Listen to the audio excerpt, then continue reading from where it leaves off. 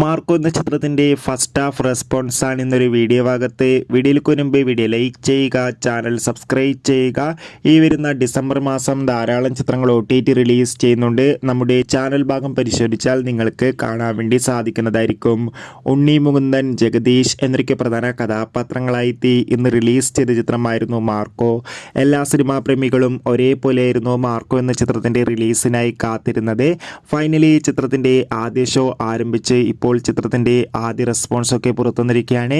ചിത്രത്തിൻ്റെ first half തന്നെ Marco എന്ന ചിത്രത്തിന് മികച്ചൊരു പോസിറ്റീവ് റെസ്പോൺസാണ് നേടിക്കൊടുത്തിരിക്കുന്നത്.